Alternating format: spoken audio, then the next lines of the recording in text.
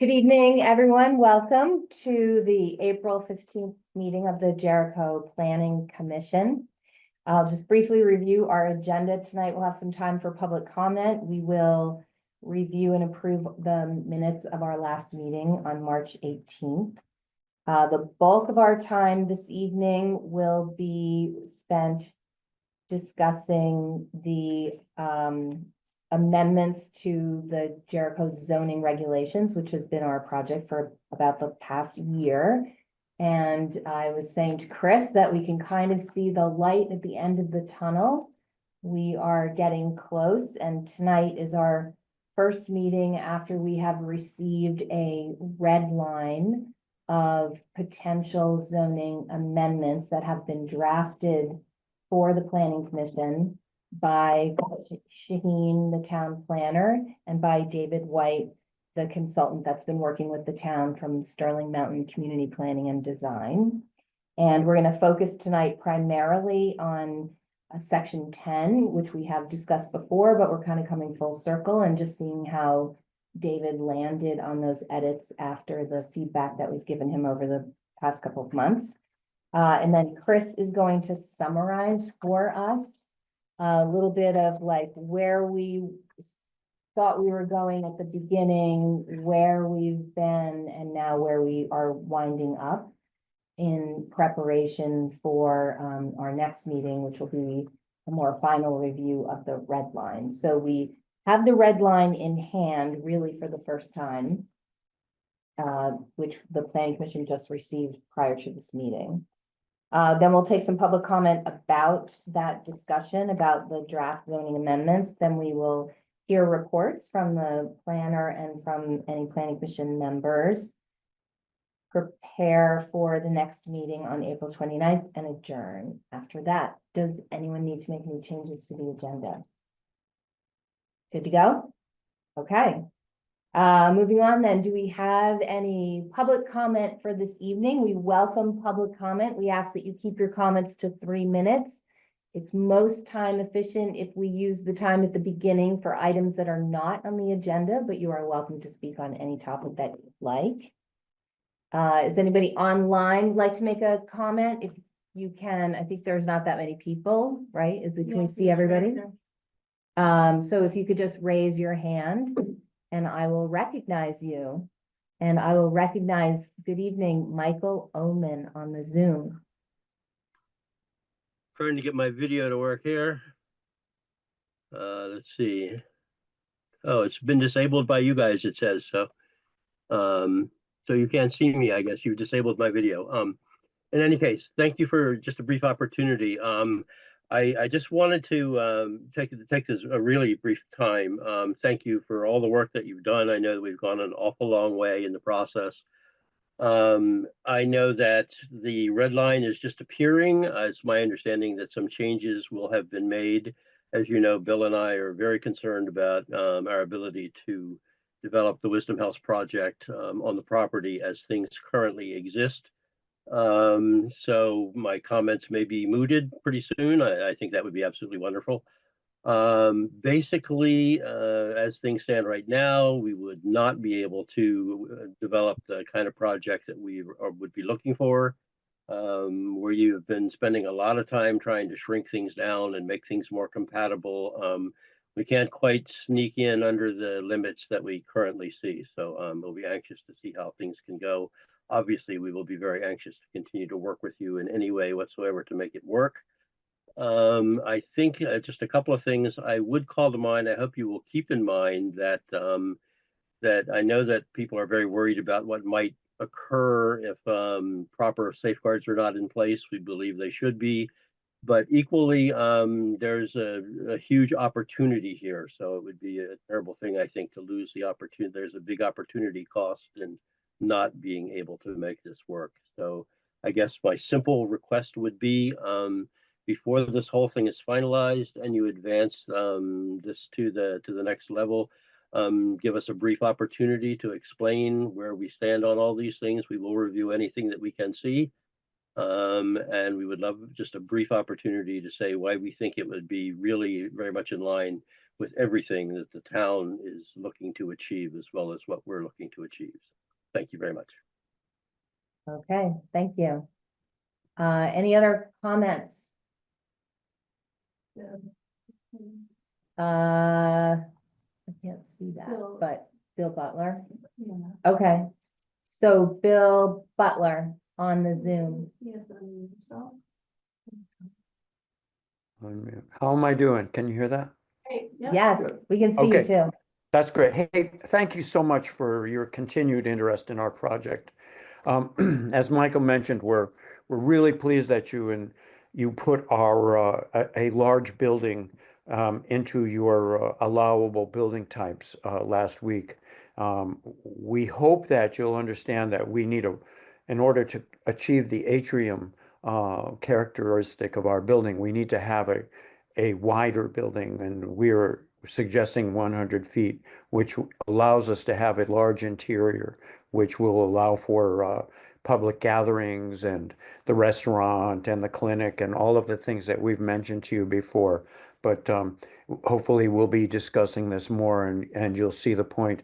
We're really thrilled that the state of Vermont has taken an interest in our project, and hopefully the Planning Commission knows that we will be having a discussion, Chris Shaheen, Paula Carrier, Wisdom House, and the Vermont State Department of Housing tomorrow morning to discuss all of these things, and hopefully convey that you need not be worried about your concerns about other buildings being built. The only other building that we can conceive of that would be large on this property would be a swimming facility. And this is Wisdom House's desire, Greg Tetro's desire, and we're asking you to trust us. We're part of the community. We're going to make something that we'll all be proud of and that will last into the future. Thank you very much, and I look forward to this meeting. Okay, thank you, Bill. Chuck, I saw your hand up. I had an exchange with, a very helpful exchange with Chris about kind of the final steps here, but one of the things I'm hoping is that it will be after you release the red line Even version. though you're very close, can you just come up one more row? Oh, so sure. that the mic picks you up Sure. to the full extent? Thank you. I'm hoping that there will be a time after you release a draft copy, a time to address the planning commission with comments before you lock it up and take it to public hearing.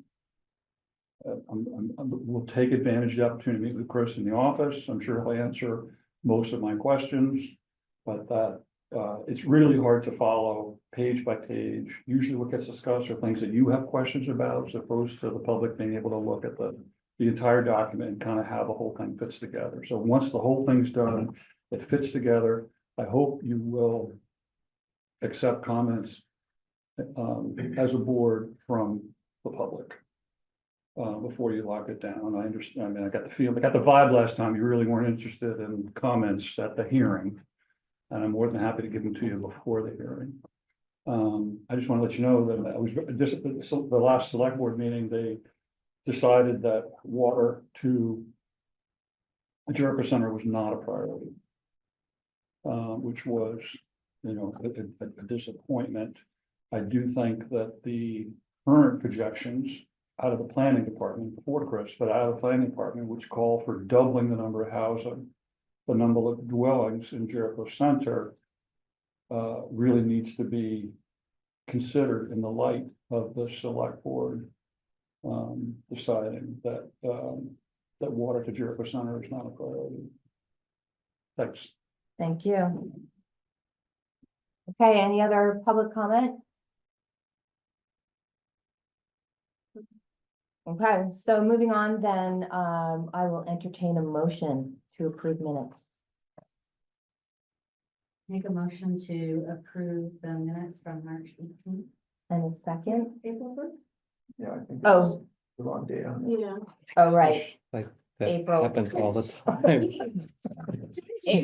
April 1st, 2025. All right, I move to approve the minutes from April 1st, 2025. And Second. Sabina seconds. Any corrections or discussion of the minutes?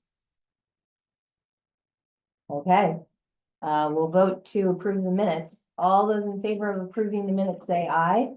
Aye. Any opposed? Any abstentions? I'm gonna abstain. Okay, thank you, Wendy. So the minutes are approved. Now we will move on to discussing the modernization of our bylaws. Great. So I wanted to go through kind of like where we've been, like sort of reminding us like how this got started way back in January of 2024. And then go through at least how the Enabling Better Places Guide has set up, what their recommendations are, and kind of walk through kind of what we've done since we've started working on this.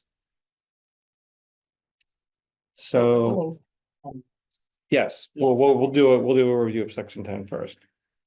So we're nearing the end of the review process for the Bylaw Modernization Grant. We do have a special meeting scheduled for April 29th to review the town planner report and hopefully announce an upcoming public hearing. That will be an opportunity to hear what some of the public feedback has been.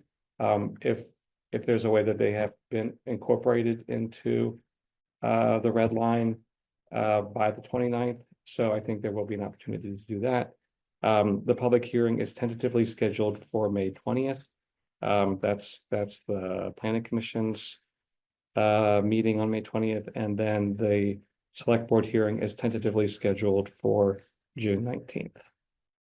Sorry, when is the red line publicly available? Hopefully we'll be able to get it posted tomorrow. Yeah. And I'll go through that also. All right, so just kind of again a review of where we've come from. So the Bylaw Modernization Grant work got kicked off on January 2nd at the 2024 Planning Commission meeting. The focus was looking at the village center zones and specifically at the Riverside form-based code and using Vermont's Enabling Better Places as a guide. There's also a grant agreement from the state of Vermont, which specified, again, that we were looking at the designated village centers, simplifying the form-based code, again, using the Enabling Better Places as a guide, creating walkable and wheelable mixed-use village centers, and then also aligning with the town plan and then the anticipated work that we are doing on wastewater. So here's just a more detailed look at what we are doing between now and then the select board hearing. So tonight we will go through at a high level section 10, the review and procedure section of the zoning, and then do a high level overview of all of the amendments. And then just a quick reminder, final comments from the Planning Commission should be due by the end of this week, which is Friday, April 18th. All right, so section 10. So this is a follow-up from the April 1st meeting. David had let us know at that meeting that he was going to be working on section 10. This defines the permit review procedures. I'm not going to go into a lot of detail here. There aren't really substantive changes to current practices, but the changes that we do have is that it's been reorganized a little bit. So it should flow now by the type of review and review requirements. David deleted some duplicative regulations that were in this code and in this section in other areas where it need to be, co-locating some related permit types. So for example, like the water and wastewater, he combined those. He updated some requirements to meet current statutory requirements. And then this is also the section that has the changes to the minor and major site plan reviews, which we had previously discussed at the February 18th meeting, which frankly seems like a long time ago. Like when I was like, that was just in February, it just seems like that we had done that a long time ago. So that's at a high level of what the changes that have been made to section 10. I don't know if there are any questions or comments about this. I can answer them as best I can. David did a lot of the work on this section. I have a comment. So It's true that not a lot has changed since our last review in the red line. However, this overall, the changes to section 10 are a pretty significant change to the current regulations, right? The current regulations do not have the concept of a major and minor site plan review. All site plan review currently is required by the DRB. And so David created criteria for reviews to be classified as either major or minor. And minor can be reviewed by the zoning administrator. They do not need to be reviewed by the DRB. And he also carved out a more explicit set of criteria of projects that don't require any site plan review, which now the terminology is like basic review. So just kind of a baseline of what are you trying to do? What parts of the regulation apply? And that also can be done by the zoning administrator, and then the boundary line adjustment. So the green boxes are actually really pretty significant.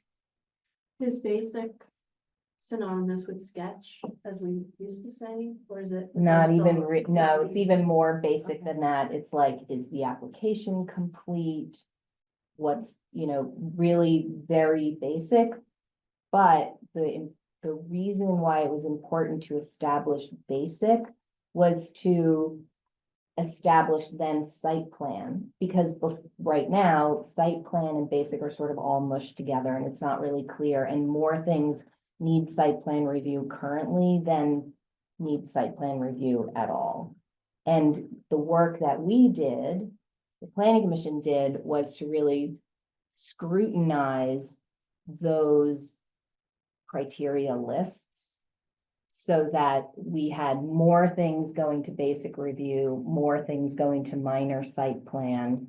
Boundary line adjustment was pretty straightforward.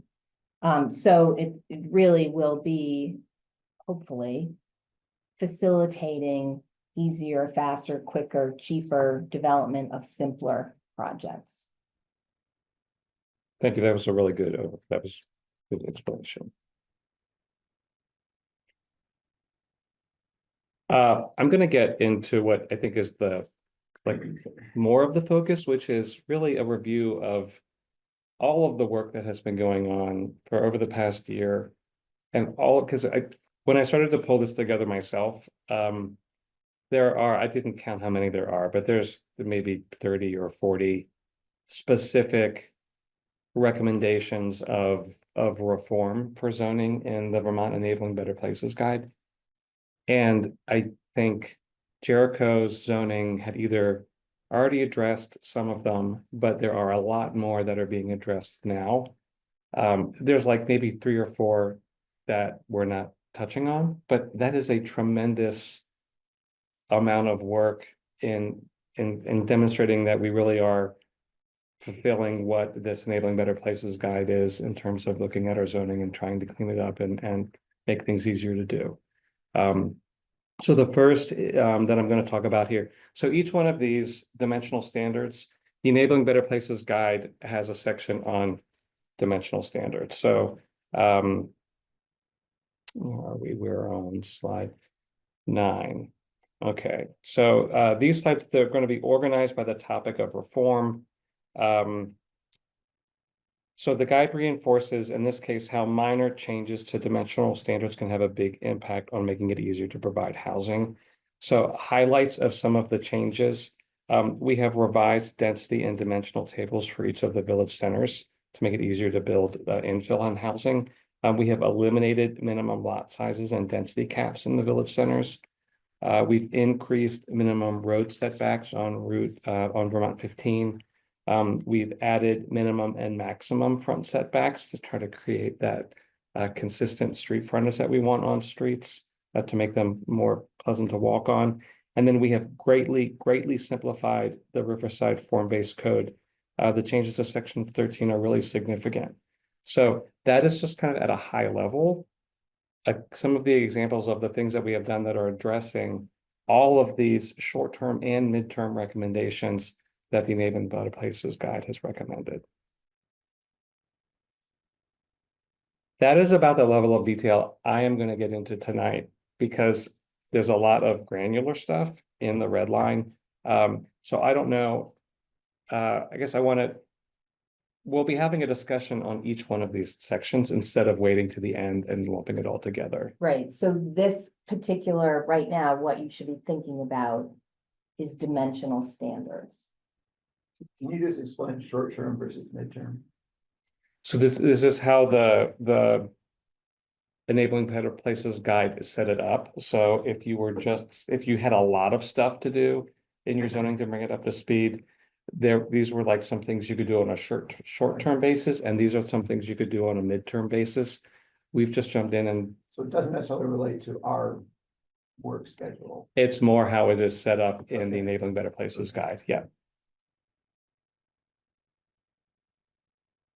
So any comments or questions about dimensional standards? So when you're looking at the red line, these are the sections that implement each of those recommendations.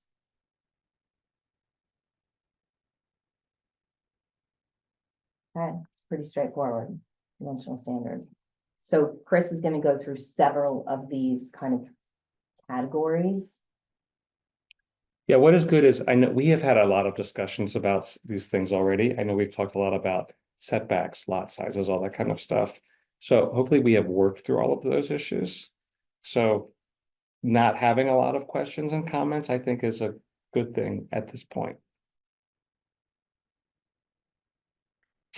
All right, so the next section was parking.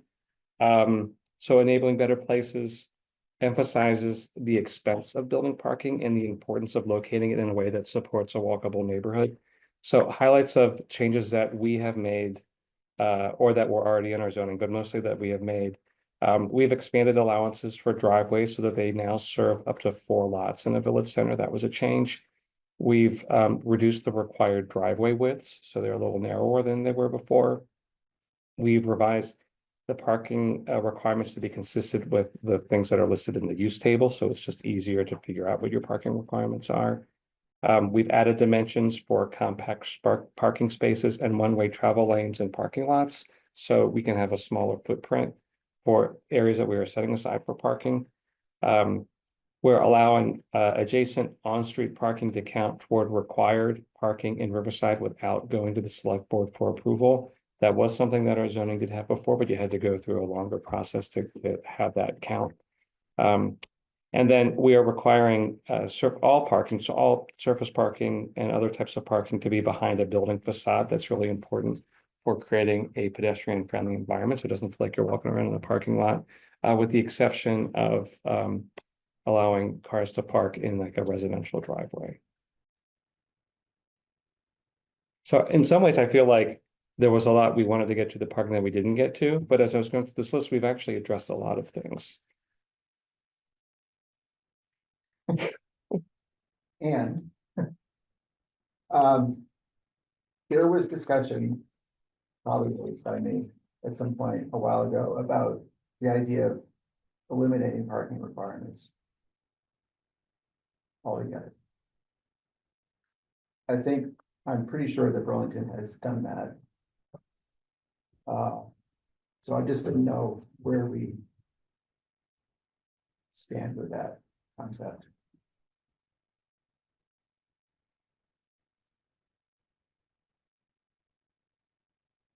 How's it working out for Burlington to do that?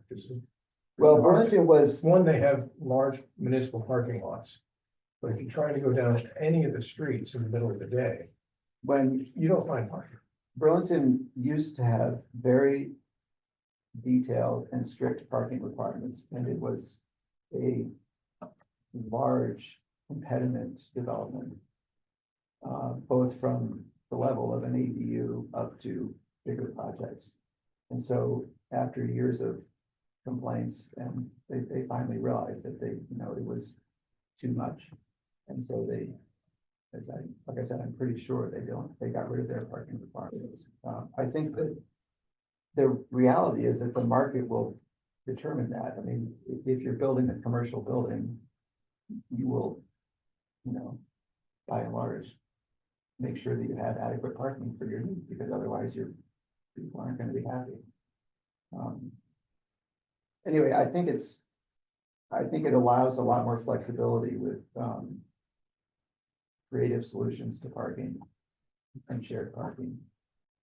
And required minimum spaces, which lead to a lot of parking lots. So I just, again, throwing it out there, I don't know. What do we have for disabled or handicapped people who Well, do that's, not have the ability to walk? that's required by, yeah, that's a federal and state requirement. How will be accommodated? Well, If it's not on street, that's reviewed by the state for any commercial building. That's a required. It's not it supersedes whatever we do locally. I understand that. Where is the parking gonna go? If we're not saying where the parking has to be, No, I'm not saying, I think we can still say where the parking should be. I'm talking about eliminating the say, one parking space per, 0.25 seats at a restaurant or something, or one space per living unit, or one space per, all those, it's the minimum requirements that I'm talking about. I think it's still fine to say parking behind buildings. I'm just talking about we need to specify what the minimum required spaces are. Do you think, Chris, that that's something that you see for Riverside, since Riverside has thoroughfares that provide on-street parking as opposed to everywhere else where on-street parking is a thing? Or do you see that in all the village centers, or like you're advocating that town-wide for the village centers or for Riverside? Since we have kind of looked at them on a spectrum. Sure, I mean, I think the place where it's probably most relevant is Riverside, with the hope that we get density there. But I think it could be just town-wide. I mean, I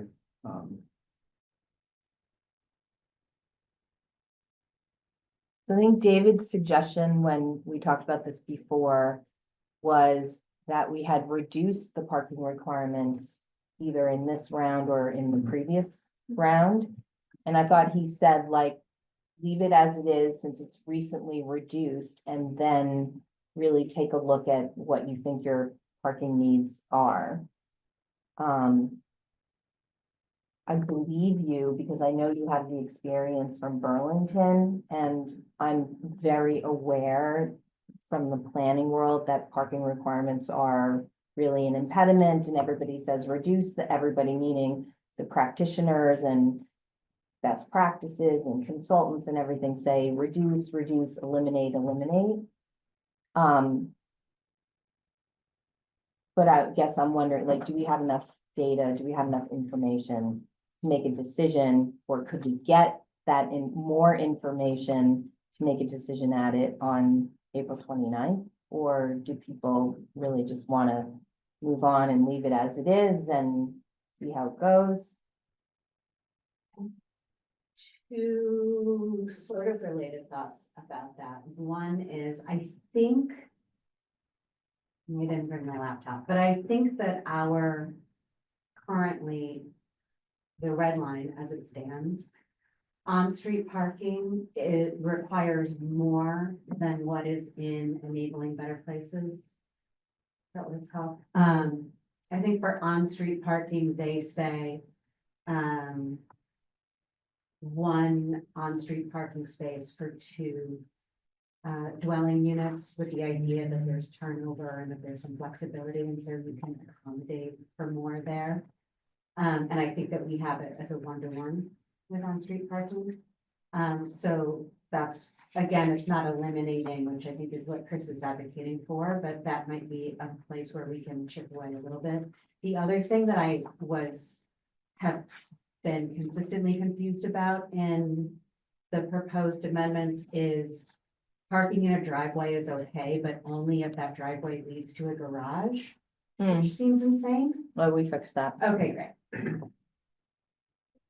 I look at the park. Well, I have to verify that we fixed it in the red line, but yes, we were like, everybody doesn't have a garage and everybody shouldn't have to have a garage. Yeah, you Right. should be able to park in a driveway, even if the Yes. driveway doesn't end in a We garage. fixed that, right? Right, we Yes. fixed it. Okay. It was, the intent is you can park in a driveway if it's leading to like a parking space. You can't park in a driveway if it's leading to a parking lot behind a building.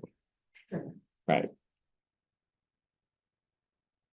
What I was gonna come back to is, we envision the Riverside area to be a mixed-use area. There will be retail, restaurants, entertainment, there will be housing. I don't know if you've driven around the streets of Jericho lately, but most people go by car.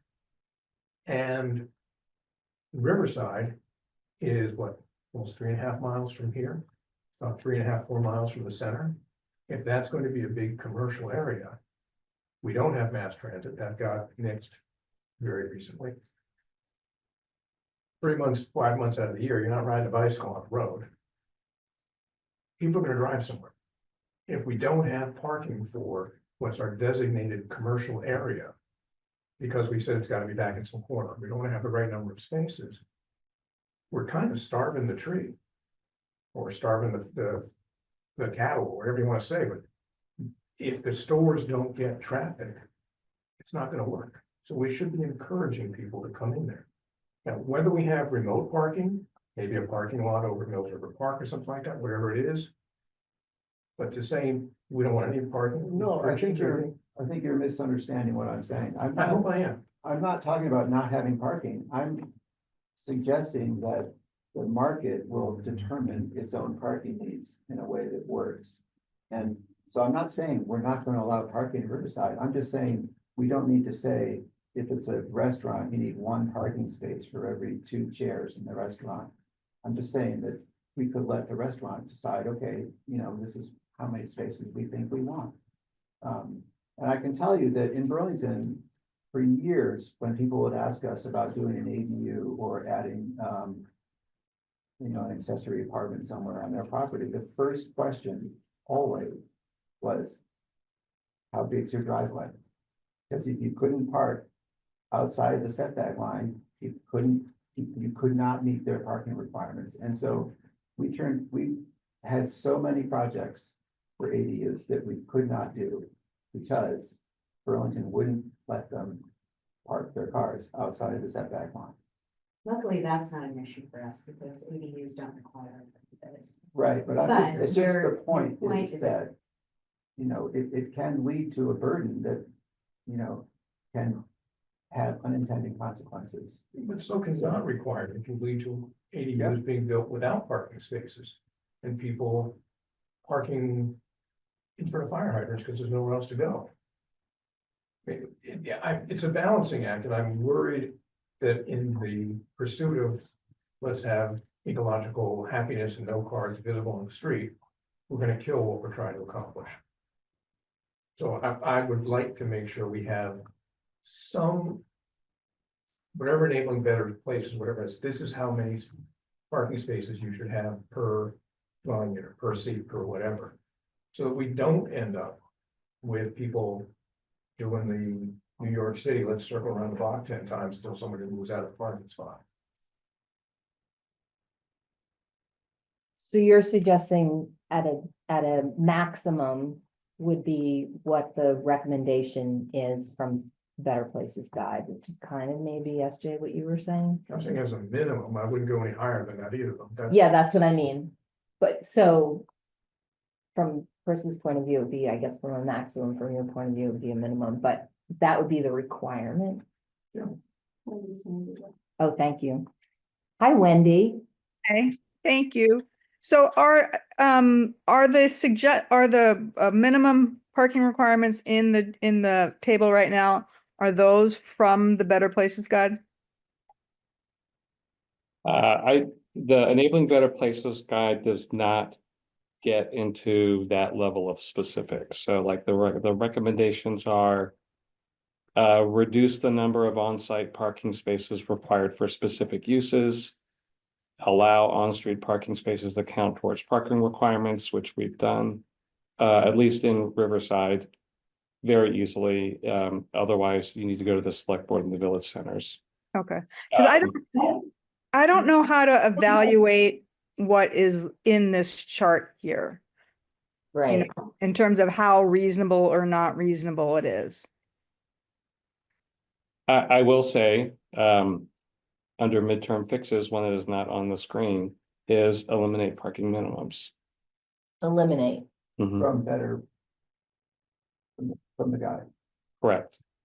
So the short term is reduced, the midterm, but is part of the reason it's a midterm recommendation is because it takes a little bit more time and effort to figure out what are you gonna do? Are you gonna provide municipal garage? Are you there has to be a solution. It's not just as simple as eliminating completely. But we're not, again, I think this seems to be. The requirement. confused. We're not eliminating parking. No, I know, but eliminating the So- requirement. If you build a restaurant, you will build parking. Mhm. We're just saying, we're not telling you how many minimum spaces you have to build. That's all. That assumes you're building the restaurant purpose built. If you have a bare bones building that was put up already and has a small parking apron, and you decide to put in a 100-seat apron restaurant there because you've got the space, and the parking apron will hold 25, there's a problem.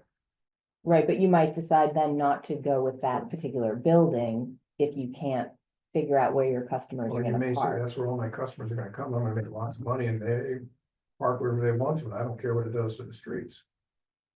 Right, but your restaurant might be fine dining when people are there for 2 hours, or your restaurant might be, quick and people are only there for 20 minutes. Yeah. And I think that's what Chris is saying, like that, how we can't regulate that to that level of specificity. So in order to not overbuild parking, let the builder or tenant or developer decide. Not to muddy things, Yeah. but some municipalities, instead of establishing minimums, they have established maximums. Mhm. So that you don't have someone using the market to justify building way more parking than they really need, Right, so that you don't have huge parking lots. I would be supportive of the maximum. So I think Chris and I could probably come to an agreement on, if you've got a restaurant that has 20 tables, you should have no more than X parking spots, as opposed to, don't worry about it. That might require a level of expertise that we don't have. I mean, that was why I was a little reluctant to muddy things, because going in that direction really would require a deeper dive in looking at other similar places that we would want to model ourselves after. Probably not Burlington, maybe Stowe, maybe other smaller towns, maybe Richmond, just to see how their parking is working, what parking requirements they have or don't have, and what might work for us. right. So that was David's recommendation when we had this conversation before, was like, sure, maybe you want to eliminate them, but you probably want to really think it through about exactly how, where, and what would the solution be. I also think we could aim for the greater good, which would be that the parking works 90% of the time and 10% of the time. It's a busy night, whatever, and it's a mild annoyance to people. I mean, downtown Richmond is that way, Mhm. and it's okay. So it doesn't work to park right in front of the place you want to go that night, okay? I mean, anyway.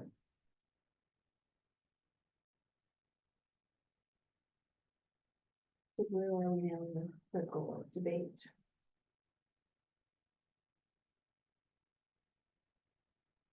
Imagine the American Association of Architects or one of the other urban planner groups has suggested maximums and minimums. And I like that this is the maximum you can build, and whatever the association has as a suggested maximum, if we want to cut it in half or something like that, because I think it's too big for where we are. Right, the Fine. thing is, Chris Shaheen, I don't mean to speak for you, but I'm gonna speak for you, has like 0 time. You can speak for me. Okay, between now, so I'm like, oh, maybe he could, sort of quickly come to could we reduce further? Are there certain types of uses where it could be eliminated? But I know that he has no time to do that. So, and I'm also sensing that, there's not really consensus. I think it's difficult to be having a conversation when we don't have it in front of us to know what we're talking about. I swear I read, because I'm a nerd, I read Enabling Better Places this afternoon. And there were, not necessarily for commercial, but there were specifically for residential. There were on the parking, there's the accessory dwelling is on the left page. Parking is on the right Yep, page. you're right. There is a best practice section at the end on parking requirements. And I think that our red line aligns with that, with the exception of, I think, if you're looking at it on-street Mhm. parking, where it's kind of doubled up. And we have a 1-to-1 residential unit. So can we do this? SJ, since you have already looked at it, can we come, it's not a Am I complicated, wrong, Chris? it's not a No. complicated change, right? It's just in the table, you change the numbers, you make them zeros, you make them ones, whatever. If we can come back on 429 with some data. And you can come back with some data, and you can come back with some data, and you can come back with some data and see if there's enough momentum to change the red line, which is the current recommendation from the consultant. Yeah. How does that sound? Sure. It's not gonna be a deep dive, but it's better than sort of grasping at straws, which I feel is what we're doing right now. I don't have enough confidence to override his recommendation, other than your persuasion. No, that's fine. Well, the other But thing, Eric persuades me too.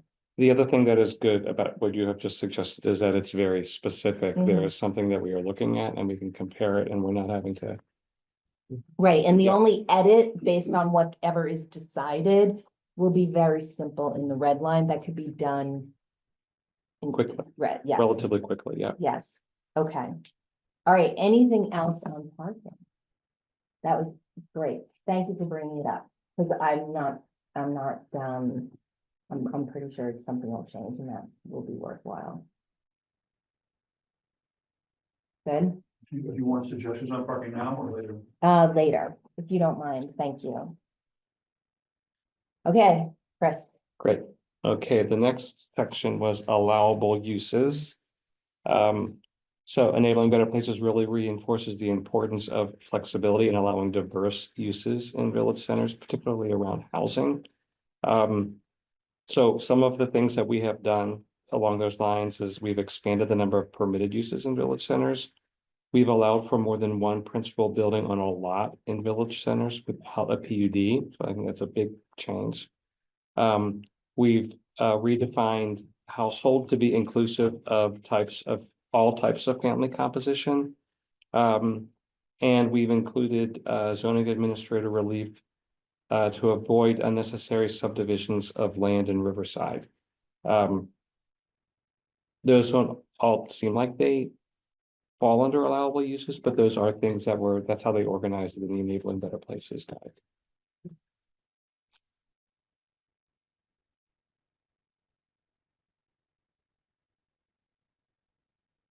More So- housing is good. So not a lot. I think there was more discussion in the planning commission on uses before I got here. Mhm. So I don't know if that's a can of worms or it No, was all resolved. we took a bunch of meetings on it. And I don't recall that we had unresolved issues there. No, I think we're good. and looking at the list of issues and.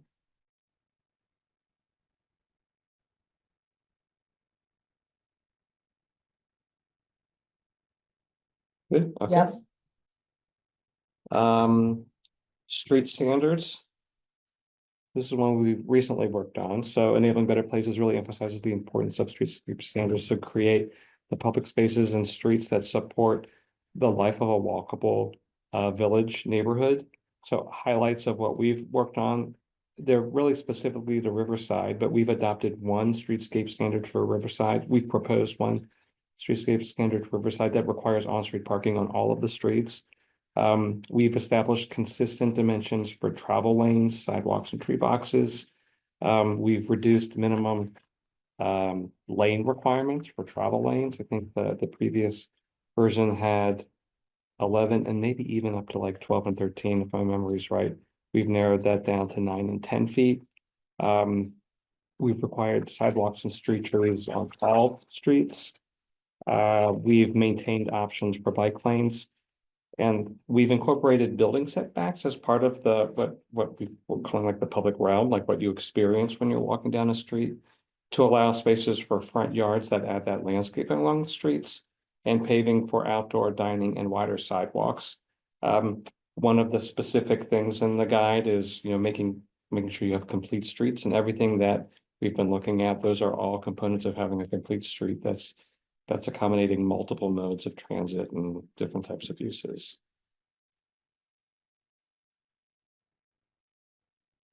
Can we just quickly jump back to the parking one? So I see on-street parking whenever possible.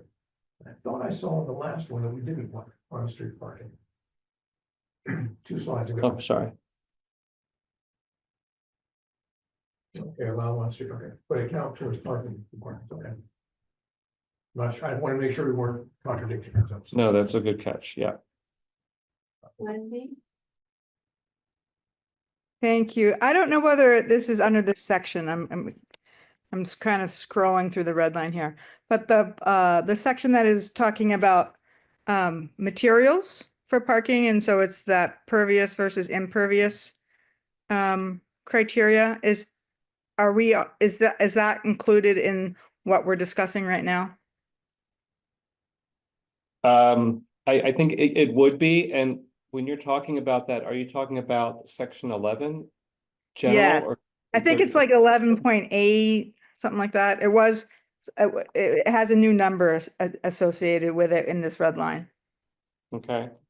But if I can ask a question about that, is that okay at this point? Yes. Yeah. Okay. So Sorry. I don't understand why pervious surfaces need permission. It's not clear who gives the applicant that permission, but I don't understand why they need permission for the applicant to use pervious materials.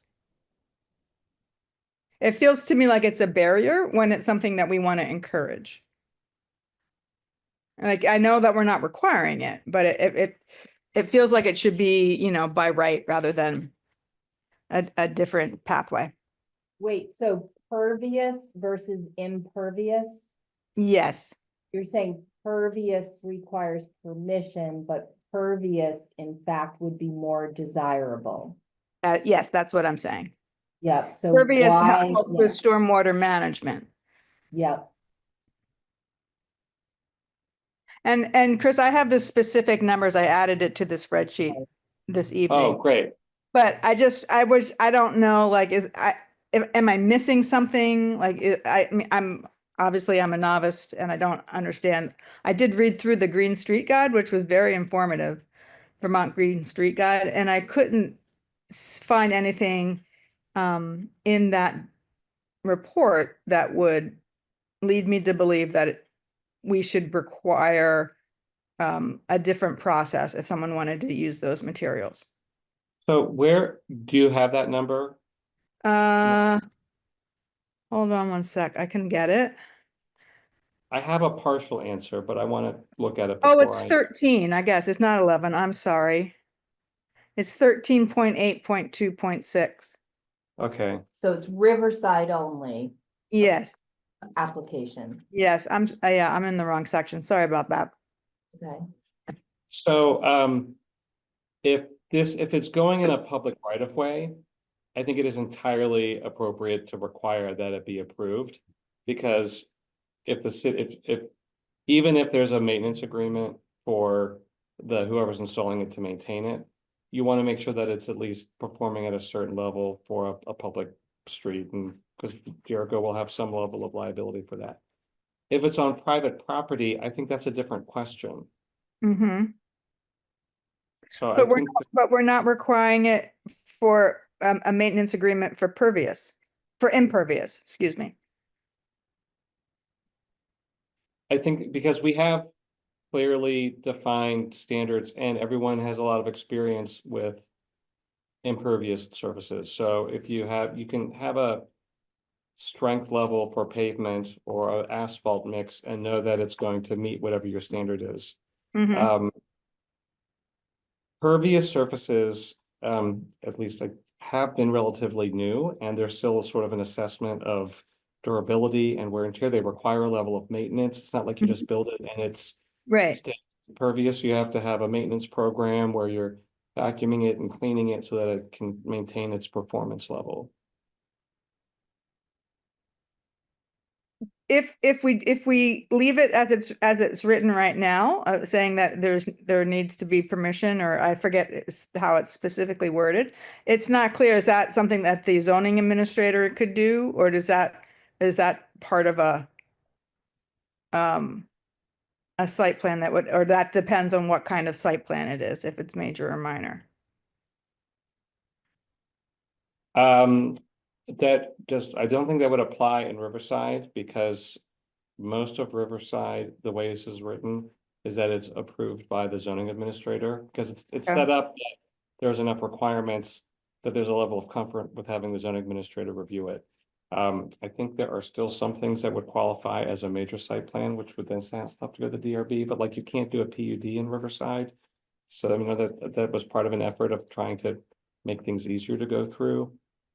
I think what you're asking is I can look into, because at a minimum, it looks like it needs to be specified as to who would have that review authority and what standards are they using. Yeah. Thank you. Can you tell me that number again, if you've got it pulled up? It's 13.8. 13.8.2.6. Oh, great.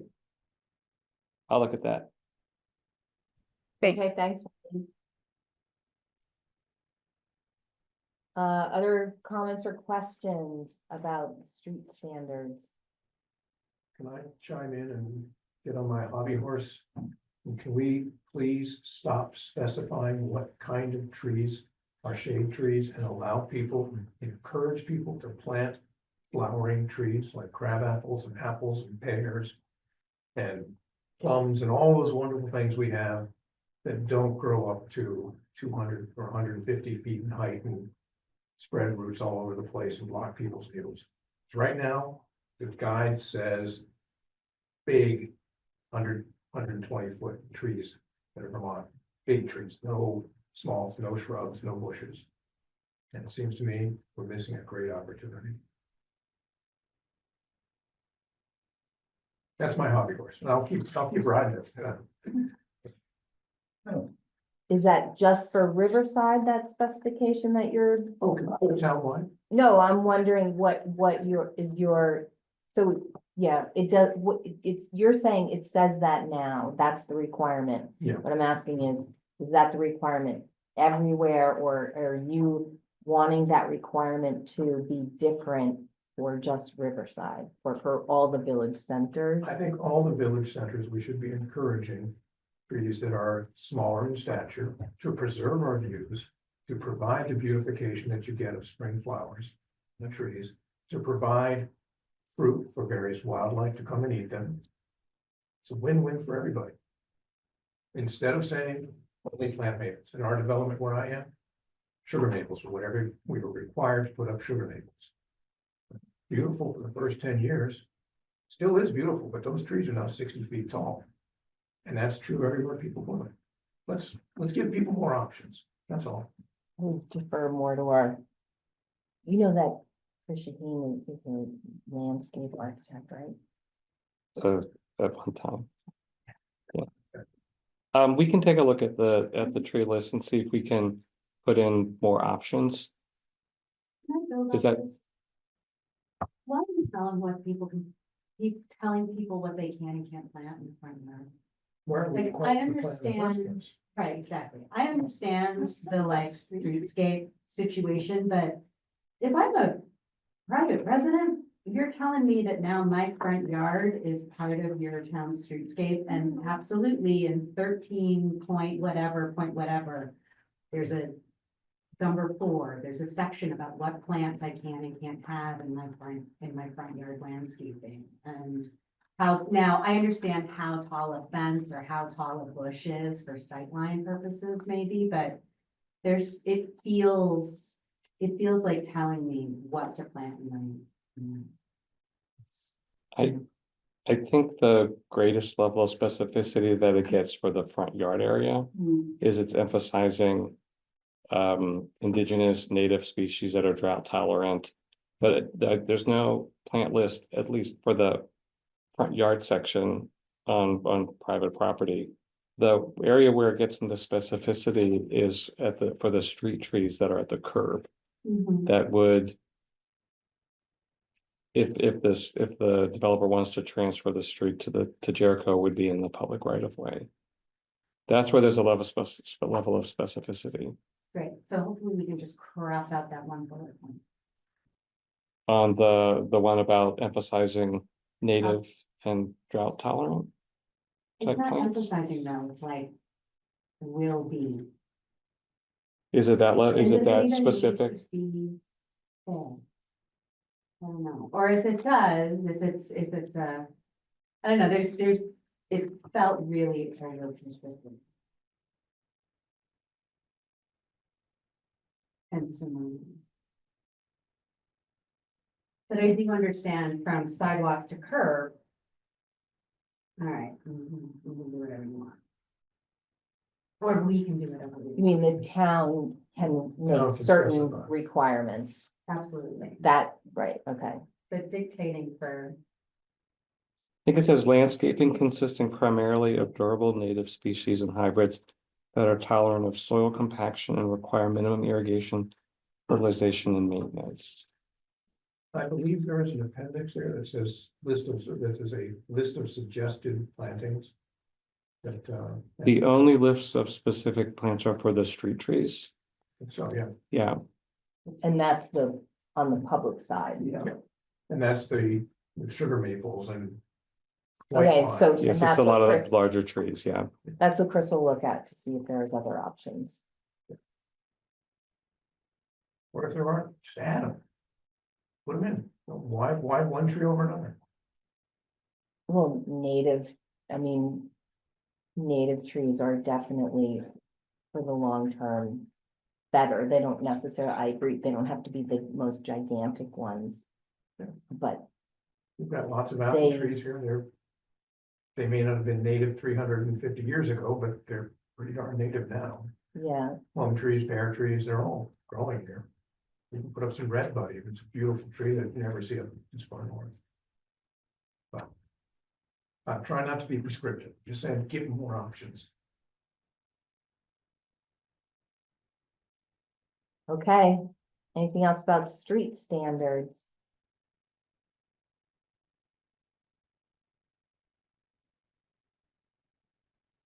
Making a note for the landscape part.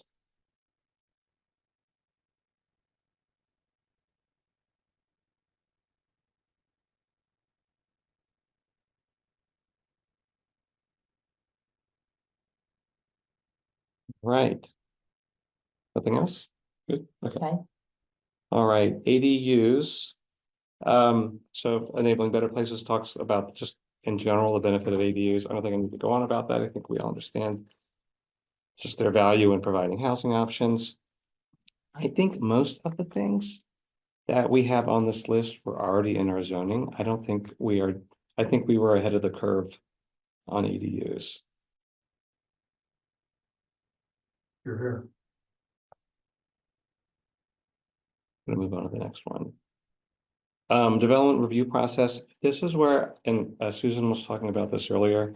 I think this is where we have made a lot of progress in addressing trying to simplify the process just for getting something built in Jericho. So Simplifying the development review process is clearly identified as a way just to reduce costs to build housing, reduce the time to construct a building, and create more certainty in a successful outcome. So some areas that we've done this is we've clarified what qualifies as a non-zoning permit. This is some of the things that Susan was talking about that we've looked at in section 10. We've clarified the authority of the zoning administrator in approving certain types of permits. We've expanded exemptions from in site plan review to include up to 4-unit dwellings. We've created the minor site plan category that requires ZA review and approval only. We've simplified the process for reviewing waivers and approving subdivisions. We've removed village centers from having required PUD reviews. And then in the Riverside form-based code, we've simplified the design requirements. We've emphasized ZA approval of projects that meet all the requirements, and we've included a list of waivers that the zoning administrator has the authority to approve. So I think we've really done a lot in this area that covers this.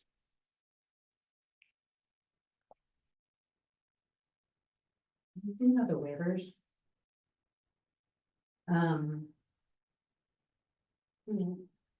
In regard to wisdom.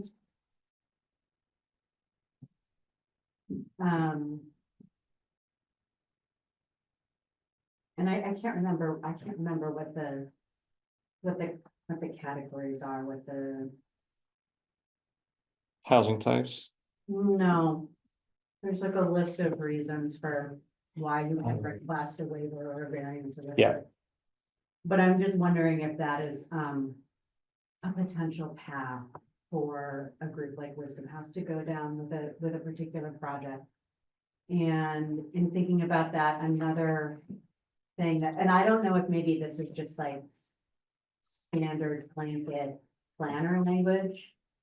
But there's a couple of places where in making the decision of whether or not to grant the waiver, one of the deciding factors can be that it's like better.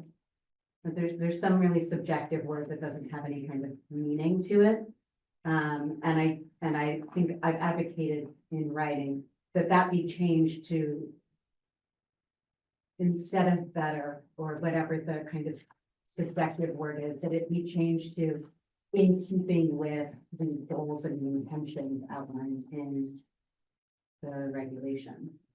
So if this project is going to further the goals and intentions or is in alignment with the intentions of these regulations, then that should be plenty. But I'd hate for there to be an argument about whether it's better or whatever the word is, the two words are.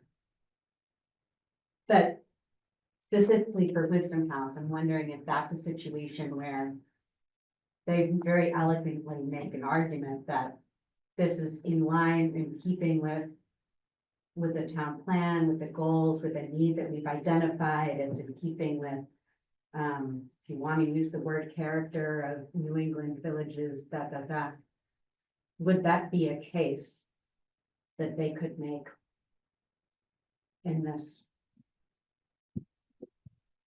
framework here, even though the building that they currently have designed doesn't fit our dimensional standard? So I think there are two questions in there. So the first, in terms of the standard that's used to evaluate waivers, I know there is at least another section where it does say consistent with the purpose and intent of the regulations. So I think sometimes there are questions like, why do we need all this purpose and intent up front? Because Yeah. And like, it's nice to be able to point back to. Yes, it and there's a purpose for it being there. So if there is a place where it doesn't circle back where it should, is that if that's a comment that you've given me in one of your things and I just haven't, I want to make sure that I catch that because that should be caught. The question about Wisdom House's specific building. Yeah, and I don't want to litigate this, but as an example of like that seems like they've got a real argument to make. And that's an argument that they could take to, I mean, it would be great if their project was fit within all of our bounds, but it looks like it may not.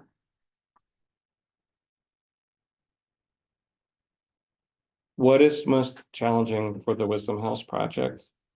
Well, I know.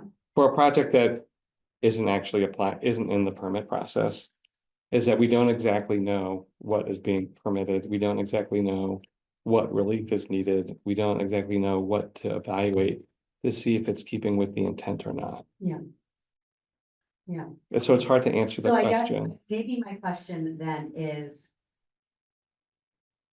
Can anyone mount any kind of appeal for a waiver or variance? I don't think I know the difference between the two, but. Or does it have to fit within that chart of like listed? Do you know what I'm saying? Yes, so I have had to, well, I have had to look this up myself because Vermont has a very specific definition of waiver versus variance, which is not the typical definition. And I'm not going to get it right now, but I know one of them is very specific that you can get it's either the waiver or variance for some very narrow reasons, like you have an odd shaped lot, Sure. or you have something that you have unusual topography. And then the other one, the other one is more, one of them is like very hard to get, and the other is like almost impossible to get, and the other is more easier to get. And Chris, you may know the difference between these better than I do. Well, I happened on Saturday, I had dinner with someone on the DRB, and I don't know how this came up. We had other more interesting things to talk about, believe me, but at one point we were talking about the process, and he said, we just, the Jericho DRB, we do not do variances. Period, the end. So the variance is the harder one to get, which is what David had said before. Also, the waiver is not as hard to get, and the waiver is, so the process here would be the waiver. But the DRB is, at the moment anyway, they just don't, period, the end, don't do variances. And so, okay, so waiver. So do we have to magically sit here and make sure that we're thinking of every potential variation that could come up that maybe might justify a waiver, or is the waiver criteria open enough that someone could try to make a case? And maybe that's not a question that we can answer right We now. couldn't possibly imagine every scenario. Exactly. So I think it's, and I felt this way about chapter 13. I think it's really important to have a clear purpose and intent. Right. And the idea is that you then lay the groundwork for what we're trying to get, and then you allow some interpretation of that. Yeah, I agree. So focus so on the result. My fear is that the table that's in, and I guess I'm not saying that I'm asking for clarity. Does the table and the bullets that are listed there restrict what you can? Do they have to be able to check one of those boxes to then bring that argument to the DRB and make their case? So there are three types for Riverside, there are three types of relief you can get. So one is administrative relief from the zoning administrator, and that's where we've got things like you can get, so right now there's like a percentage of void, like 15% for windows and doors. You can get less than that. You can do less than 15% if you needed to meet the stretch high energy performance code. So there's a very clear line between what can be approved and what the goal is. So that's one type, and that's something that the zoning administrator can do. I think what you're talking about is the alternative compliance that's granted by the Development Review Board, which is where this is the additional waivers. Yeah. And that does have a list of things. And this is where this is like the squishy area where you don't want it to be so clearly defined that you would, and that includes relief is sought. The relief sought is necessary in order to accommodate a unique site and or building circumstances or opportunities. The relief granted is the minimum necessary to achieve the desired result. The property will otherwise be developed consistent with the purpose of this ordinance, the intent of the Riverside Village District, the intent and purpose of this section that the relief is being sought, and all Those other feel applicable Okay. standards. The relief, if granted, will not impose an undue adverse burden on existing or future development of adjacent properties. And the relief granted, this is the one I think. The kicker. Those are the words that make me finish. The relief granted will yield a result equal to or better than strict compliance with the standard being relieved. Which sounds subjective. Yeah. But that's amazing. Okay. Okay, so my fear is, So if the better were tighter, so it sounds like you like the fact that the previous text allows for flexibility, judgment, interpretation, eyes on the prize, focus on the result, focus on the outcome, however you need to get there. Yeah. But that last part about better, if that were tightened. yeah, and The that's a flexibility previously is a good thing, but the better And that's really a needs different to, issue but that's okay, entirely. but that can Yes. like, and if it specifically points back to the intention, intent. mixed use, housing, walkable, affordable, all those other Yeah. things, then that would close the loop. And I think that my anxiety was looking at the zoning administrator list and thinking, oh gosh, are we restricted to only those things? But those are just, and of course, they should be really clear cut things if the zoning administrator. Those are things to make it easier. Exactly. Yeah. So I was combining the two. Okay. But to your original point, I don't know enough to know the answer to this question. So I don't know if 3 on this list, number 3, which is referring to the purpose of the ordinance and the intent and blah, blah, all that kind of stuff. I don't know if we need that and 5. Yeah. I don't know if you need to have, so that's a question I have that I want to look into, because if we can delete 5. Yeah. And just rely on 3, unless you know, Chris, okay. Right, because the 5 is the part that has the better in it, and you're just gonna point it to what 3 already says. Yeah. Yeah. So let me look into that. Okay, other questions on process, comments on the zoning administrator, superpowers. Oh my gosh. Now I want to get in a t-shirt. Super ZA, Yeah. with a lightning bolt Yeah. and a zoning Okay, permit. so maybe like- not, maybe for the dog. Yeah, a little. Yeah, Z, like the zoning permit, yeah. Oh, that's good. Sorry, I'm a little on the outside. No, that's good. You're a visual, more visual.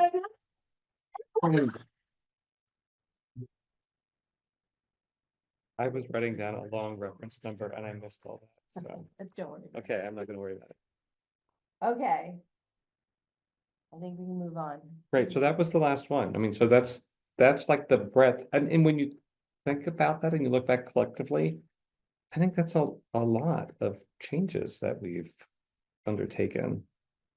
Mhm. So I think we should feel good about a lot. I mean, there is plenty left to do, but I think this is a big chunk of changes, particularly that last section that we were talking about, the process stuff and making things simpler to get through.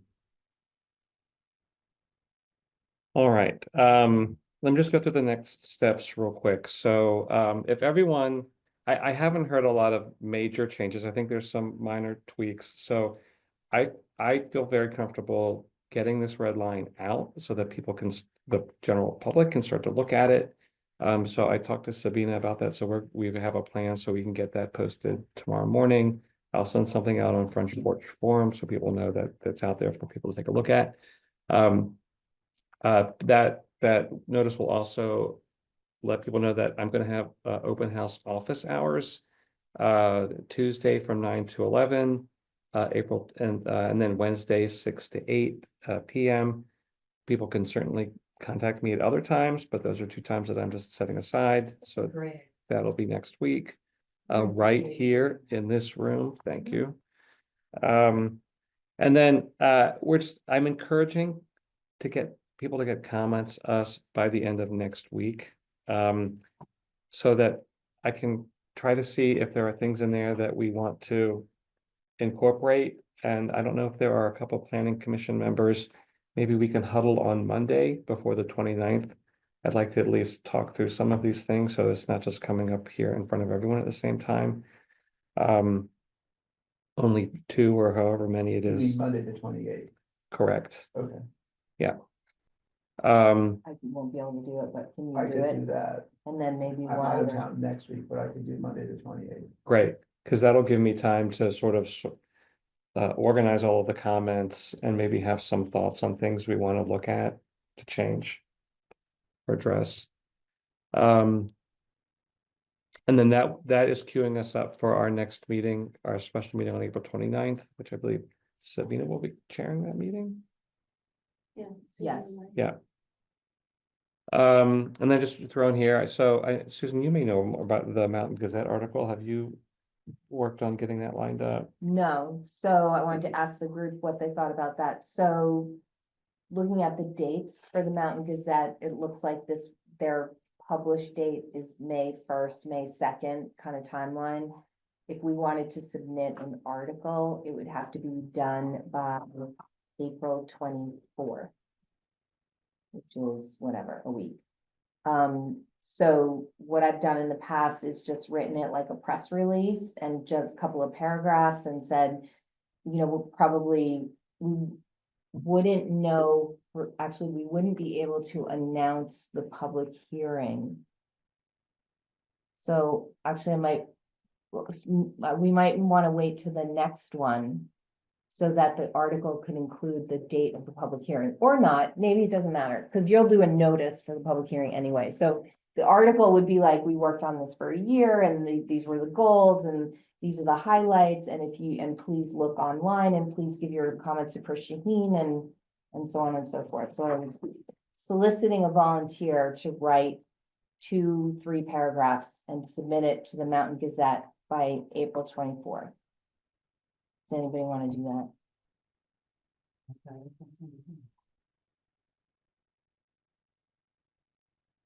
No. Okay, It's a quiver we could hold for another time. yes, What it's worth, I won't be here on the 29th. okay, So if we don't have a quorum, if Chris is out, I'm out. I think we No, still, I'm here on the 29th. I'm just not here next week. okay. so You're not here. 4, I won't be here, you won't be here, but as far as we know, everyone else will be here on the 29th. So we'll have 5. Yeah, If nobody gets sick. okay,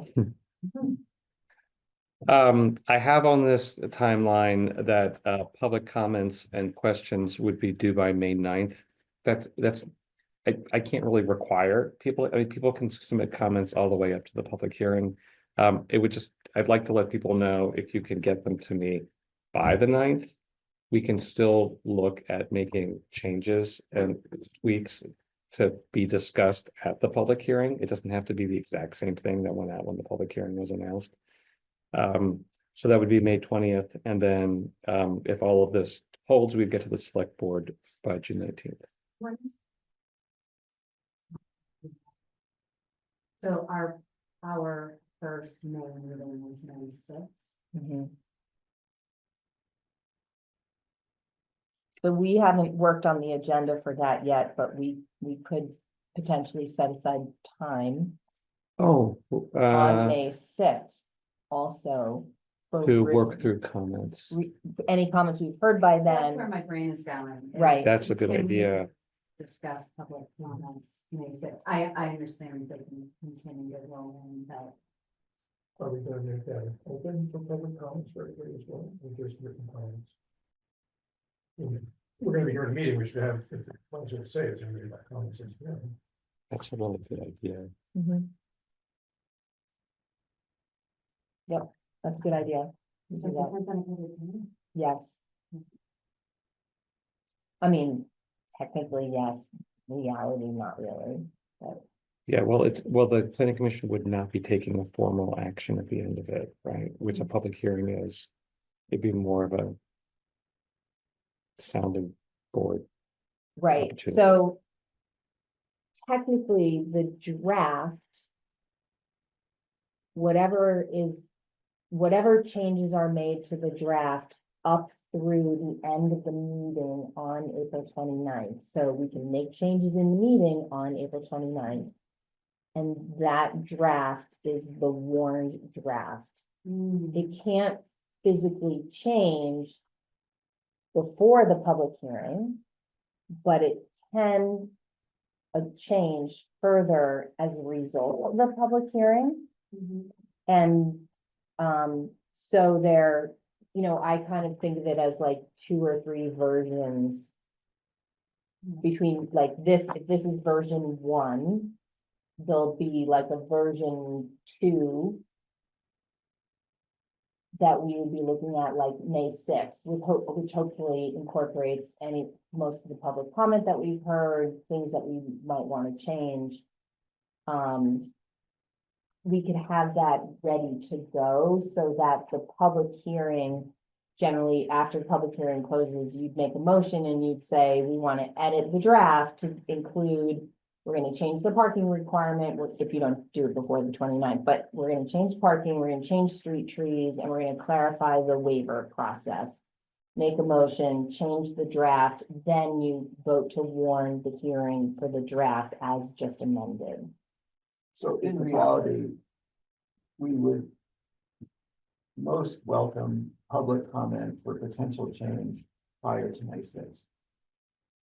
Yes, So we and should, then actually prior to April 29th, but sure. we should By April 25th. communicate that with the public. Yeah, so that's why Chris has worked this all out. He's saying, please, please, please give us all your comments by the 25th.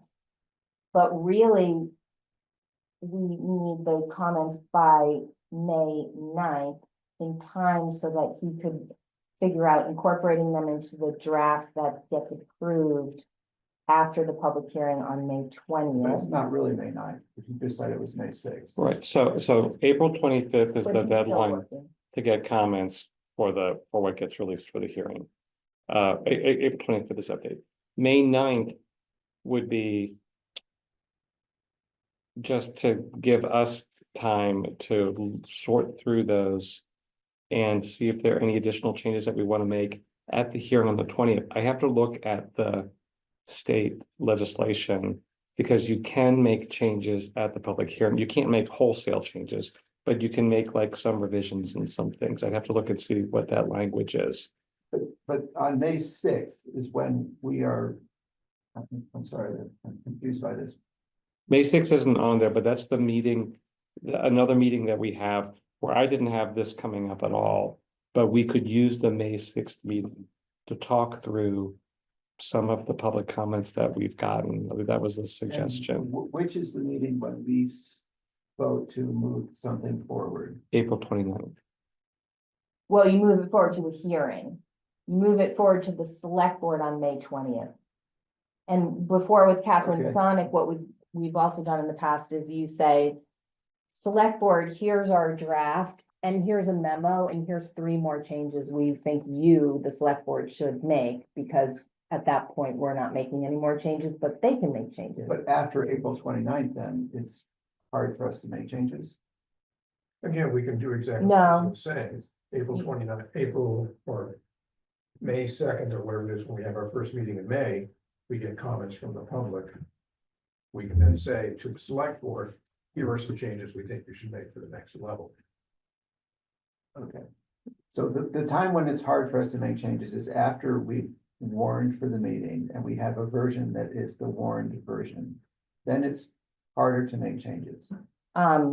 We physically can't make any changes Up until the 20th. until the 20th. On the 20th, we could have motions to make changes.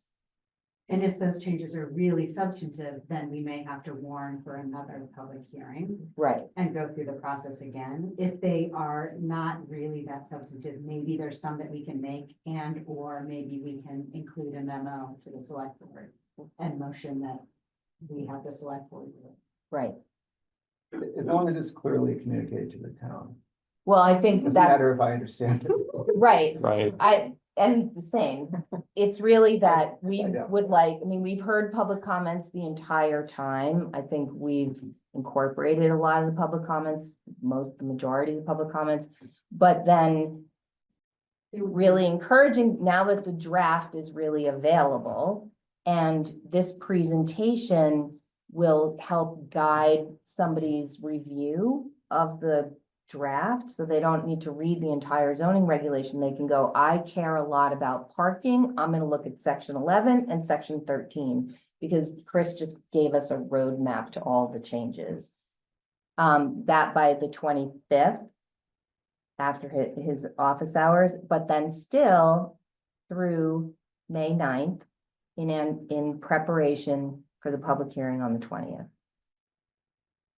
Ideally, It's almost a month. ideally, when we're having our public hearings, we have support, right? So we want to be able to address comments before then, incorporate changes that we can, and at least have a really good reason for why we're not comfortable making changes. Which is why I have that May 9th date, because everything that I just described isn't something that just happens in 24 hours. I mean, you really got to think through some things. But I mean, is the 9th the right date or not? I don't know. I mean, I can't really remember now exactly why that was the date that we came up with. Well, yeah. I think it's the Friday after the May 6th, and then that gave like 2 full weeks. I think that's right. For It gave 10 really days. polishing, Yeah, so the draft was really ready, it gave a full work week. right? That's what it You have- was. You need a whole week to arm wrestle with But Microsoft the draft Word. is the April 29th draft.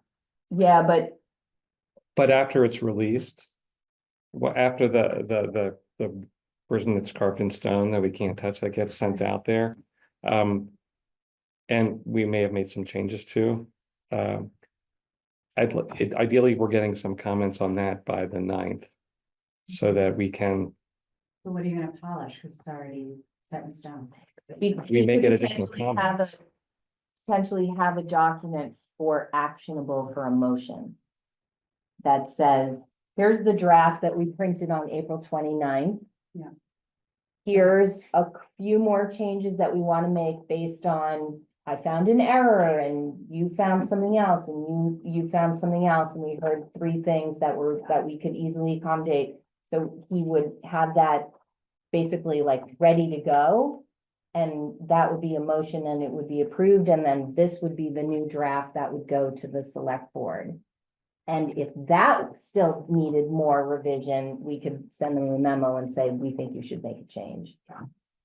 but to Chris Brown's point, there needs to be really clear communication on what these dates are and what what they mean. So I need to think about that a little tomorrow to make sure the wording's right before that gets sent out. Okay, maybe we should take public comment before we run out of time. I think that's the next one. Okay? There we go. Chuck, you had wanted to make a comment. Thank you so much for being patient, but I Feel knew, the heat coming. yes, but I knew it was on the agenda, and I was hoping that maybe some of your questions would be answered. Plenty of time to think about. Okay, good. This is really hard to follow. Yeah. But I did hear a lot of good things I'm excited about. Although I thought I heard you say that with the infill housing, you're expecting people to park in the back of the house. Is that true? Yes. Behind the front facade. Right. So it could be not the quibble, but it could be on the side. Okay. I feel like when we walked around Jericho Center, and almost everybody in Jericho Center parks in front of their house. Everybody in Vermont parks in front of Yeah, their house. yeah, you all do. And when we walked around Jericho Center, I didn't hear you say that you were less comfortable walking around because you could see that there was parked cars. We had a nice sidewalk. The bigger issue was the amount of traffic and the noise from the traffic. But I don't think our lovely walk around Jericho Center was diminished by the fact that we saw some cars along the way. But this has a tremendous potential to diminish the quality of life for the people that you're hoping to confine in the village centers. I mean, we're going to be reducing the frontage. Okay, so imagine a house that's maybe 15, 20 feet wide and a lot that's 40 feet wide. What you're saying is that you want people to build a driveway around their house and park their car right behind, you know, kind of where the kitchen is. So when you're looking at your kitchen window, you're looking at a couple parked cars. When I think about my house, I know I've got a car, Gabe's got a car, I've got a truck, my tenant has a car. And I think about my backyard. And the lovely times I've had over like 40 years. With children's play sets and sandboxes and fire pit and gardens and raised beds growing food and trees we've grown.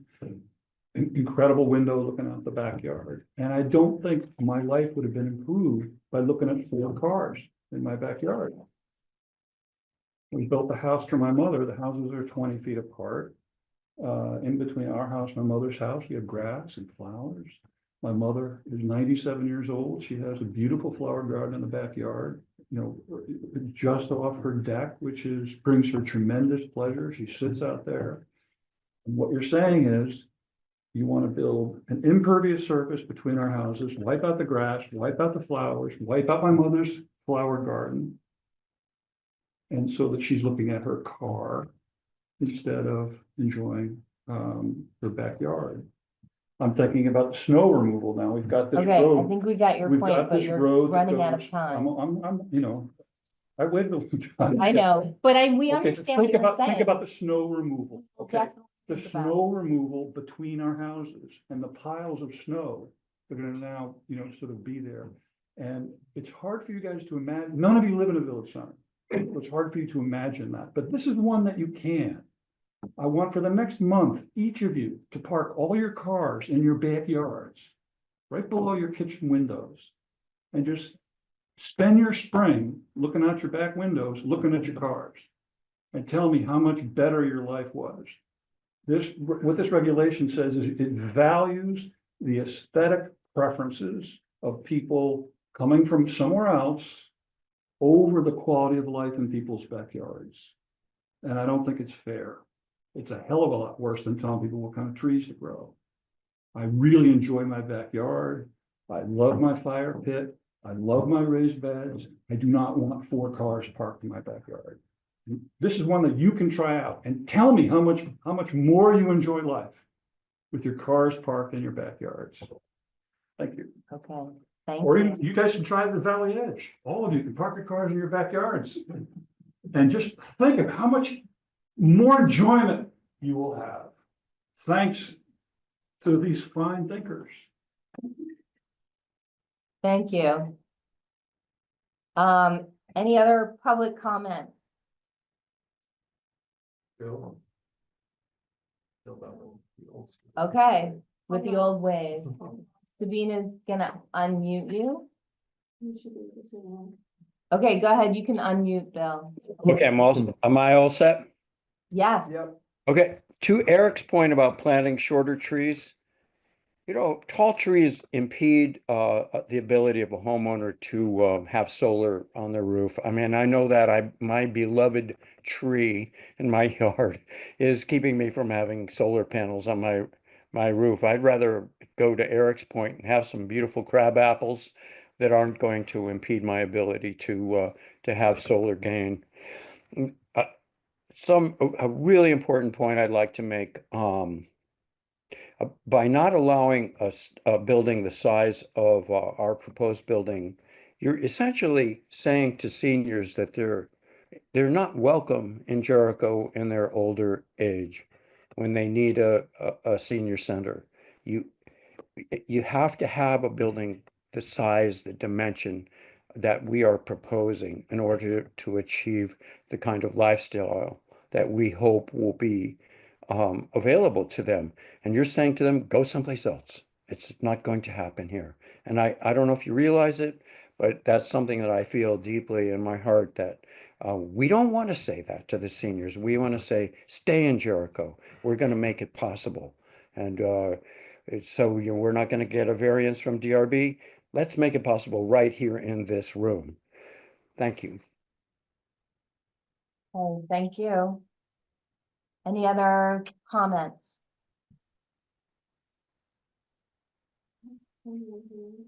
Okay. You ready to move on? All right. So I've got, I guess I just have, a quick update for, plan report. All right. So for the future land use map and regional housing targets. So our working group has met earlier this week, and that would be yesterday on Monday. So thank you, Sabina, SJ, and Susan for getting together for that. I think at this point, we are supportive of the housing targets that CCRPC has sent out for Jericho. If you haven't looked at it, the regional housing targets, and these are the number of additional housing units CCRPC would like to see in the region between now and 2050. And I think it's a really wide range. It's like between 15,000 and 47,000 or something like that. And that's just to address the anticipated need. The high range for Jericho, there's 3 levels. The high range is just over 600 units by 2050, and that aligns with what the Affordable Housing Committee's recommendation was. So we feel good about that. We do have work to do to figure out what more Jericho can do to help meet these targets. So these are targets. It's not like CCRPC had the capacity to go through and look at every parcel and every municipality and actually figure out how much housing you could actually build. So they did come up with a formula to figure out how to distribute that number equitably throughout the region. So we have our work cut out for us to go in and figure out how we can, the best we can do to help meet those goals. I think that the group is pleased with some of the changes to the future land use map that has been released. There are expanded village center areas. There are 2 transition areas identified for future planning. We're happy with that, but we have recommended that CCRPC look at the future land use map that's in the town plan and see if they can better align the future land use map with what we have in our town plan. Primarily, it was looking at some designations that they have in some rural areas. We wanted to see if that could better align with what we had in our town plan. Let's see. So public comments to CCRPC are due by May 19th. Yeah. Do you have a question about that, Wendy, or? You can come back to me at the very end. I about this section. Sorry, Chris, just finish up. That's okay.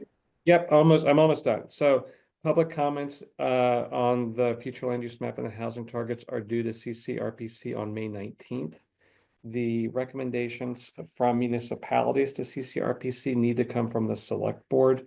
We can get them to them after May 19th, which is great because then we will have the benefit of having a chance to look through at what some of those public comments are, so we can factor those into our discussion here. At this point, we have updates and discussion on this planned to take place at the Planning Commission meetings on May 20th and June 3rd. And then have the discussion of the select board, have the select board discuss it either on June 5th or June 19th, so that they can then take a position and we can get that sent into CCRPC. So that's it. That's for me, Wendy. Unless, Okay, you just sort of answered my question because I was wondering like when we as a board were going to discuss it. But if we had some written comments to give to the working group, is that helpful now, or would you prefer to wait until May 20th? that would be great. If you can get them to me, that would be super. All right, thank you. I have a question. Have the housing targets? Well, my understanding is that the housing targets in the FLU are based on acreage. Like it's land, right? So my question is, have the goals been matched against the reality of the terrain? Like I'm thinking in our village centers, there's a lot, there appears to be a lot of land without there being very many Right. housing sites. So it's kind of like what we talked about a little bit with the select board. That's what Chris's last bullet is, which is the work that we need to do is actually figure out where and how can those units be accommodated, encouraged, facilitated, there's a spectrum. I thought it was not based purely on acreage. I thought because they looked at the characteristics of the different towns, like how close you were to Burlington and whether or not you had infrastructure and what was your capacity as a town. And that's why Jericho got a higher target percentage-wise for growth than like Westford or Sure, Underwood. no, I understand Yeah, that. I so- just think that some, like Chuck has mentioned before, I think they're targeting over 100 units in Jericho Center, which, Their targets are for the whole town. okay, And so that's, maybe they used the centers to come Yeah. up with the targets, but, we were talking in the working group about, and we looked at like our zoning. You know how like we're finishing this zoning and then we're gonna have another set of zoning changes? We started to think about like, okay, what other kinds of zoning changes are we going to need to implement in order to enable this actual target to be a reality? Like, it's not gonna be only zoning, there's gonna be Mhm. zoning and infrastructure and investment and public-private partnership, like, we can't do all those things in our little working group, but we at least thought we could at least look at the land and say, what about the commercial district? What about, how many units, how many lots are there really in Riverside? What if Mhm. every one of those lots were, 8-unit buildings? So we haven't done yet, but we do wanna do that okay, math. okay. And I mean, I will say that these are the kinds of questions that the housing committee has been thinking about and wrestling with for quite some time. And I think it's a committee that has been asking for some direction from the select board.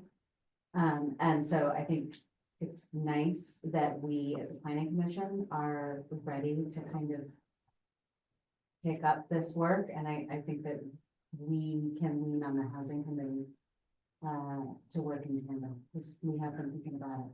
That's great. Mhm.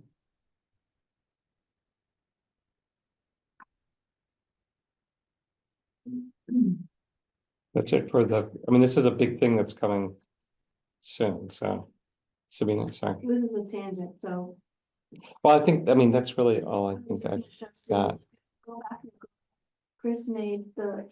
Yeah, Oh, huh. right. The shape of Jericho looks like a house, Uh-huh. and so he took that. I know one how step you further. procrastinate now. Susan mentioned it, and I'm like, oh, that's not a bad idea.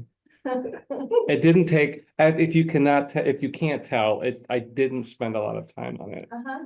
It's awesome. Jericho looks like a house. It does. So let's be a house. Hid the cars behind it. They're behind the landscape, exactly behind the facade.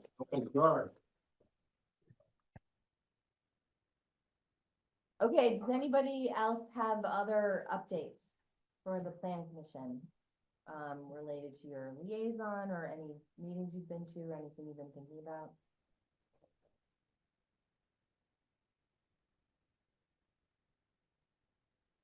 Okay.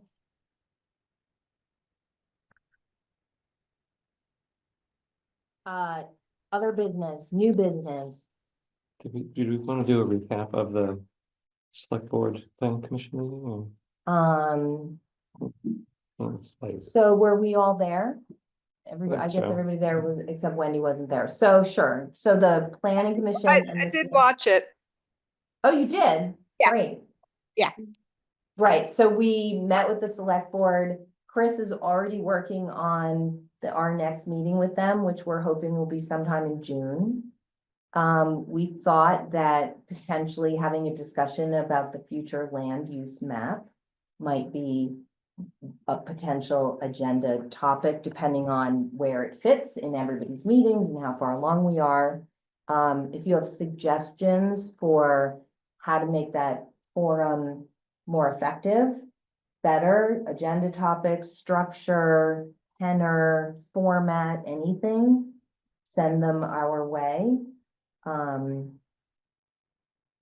we did discuss, as Chuck mentioned, water in Jericho Center, which they seemed like actually they could use more information about, because I think their sense was that it was an issue that they were not familiar with, and but we know that the wastewater feasibility study actually has quite a bit of information and data, so I was thinking of following up with them and providing a little bit more background on why we thought that might be a priority for them, and I think that there's just a lack of understanding there. I would love it if we push them on that, Mhm, particularly with regard to the sidewalk project that's coming up. mhm. It would be really, really short-sighted to spend a lot of money doing a sidewalk on that bridge and not include At least a big Some- fat conduit, a big water pipe. right? be- We're gonna write Jim Carroll's name on I it. think it would just be, anyway, I think, and I don't think it would take that much for the town to initiate the process to get more information so that the town could then make an informed decision. Which I don't think we're in a position to do right now. So that might be something that we would talk about at that meeting too, potentially. So that was the select board meeting. Yep, and then I'm working on getting a meeting with Susan and Eric and me and Paula to do some planning work for that June meeting. Yeah. Mhm. The wastewater task force, when does that commence? It's official. I know it's official, but what's the next step? So Paula sent out an email today, where there's no meeting, imminent meeting scheduled for the task force. We're still waiting to get the consultant on board. The Jericho still needs to apply for to expand our CWSR, the loan, we need to expand our loan amount. And we need to make sure we've got the support for the task force on board, and that's the CCRPC UPWP, sorry, I'm using all these acronyms. The Chittenden County Regional Planning Commission's the work program proposal that we put in, that decision will be made in the next month or so. It's optimistic that they're going to choose that to work with So us. do you Yeah. think we should not meet until then? Is that what you're thinking? I don't think there's anything for the task force to do right now. Can't be publicizing that this is coming, get ready for it. Here's what wastewater brings to the town. When do The they? interns start on June 9th. And so that, the CCRCP decision will have been made by then. Yes, and I think that the soonest CCRP can actually start is July 1st. I think there's also a reluctance to kind of get the task force up and running and then have CCRPC kind of step in, and you kind of want that to be a seamless, yeah.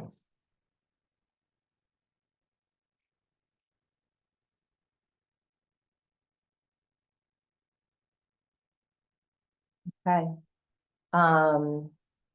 So our next meeting is on the 29th. Is there anything else other than reviewing public comment, reviewing the red line, the public hearing, or warning the public hearing? I think we're good. That's the whole It's agenda, pretty much. for the 29th. Yeah. It's all about this. It's all about BNG. Yep. Yeah. Okay. Yeah, so please get your comments, and if you have comments on the red line by the end of this week, Friday. The spreadsheet that's in our folder is the one to use. Yes, and there are tabs across the bottom, and the fourth tab is the most current for section 13. I included the other ones in case you wanted to go back and see what your other comments were. It was like, I didn't want to give too much information, but I wanted you to have the information you wanted if you wanted to look at it. So the tab is section 13, but aren't you also wanting comments on the whole red line? I'm sorry, the last tab is not section 13. The third tab is the fourth tab is April Full headline. full code or something like So that. you don't really, so all the other tabs are just for reference, everything new, any new comment, even if it's a repeat of a comment from a previous tab, but you're still not satisfied with the answer, Put it in there, new tab, new comment. correct. Okay, Are we anticipating that as a 2-hour meeting? I hope not, Great. but it'll take as long as it takes, yeah. I mean, listen, I'm guilty of rambling. Sabina's gonna run a tight ship. Ideally, we'll be at a place where everyone feels good about it and it won't take that long. Okay. I think we're done on our whole agenda. I'd like to make a motion to adjourn. Wait, before you make a motion to adjourn, I did want to say, how great is the planning commission that Wendy read the Green Streets Guide before this meeting, Yeah, and Wendy. SJ read the Zoning for Better Neighborhoods Guide, and Chris Shaheen knew those regulations pretty much like the back of his hand. And Chuck has been with us every step of the way, and Bill Butler and Mike Oman have been here pretty much also almost every step of the way. So I do feel like we're looking at the light at the end of the tunnel. Okay, Sarah Jane, you made a motion to adjourn, I think. I sure did. Okay, second, I will second. Chris, all those in favor of adjourn, say aye. Aye. Any opposed? Any abstentions? Okay, thank you very much. I should have said Nancy and Erin have been here the whole way too. Thank you very much. We really appreciate your support. Good night, y'all. Right.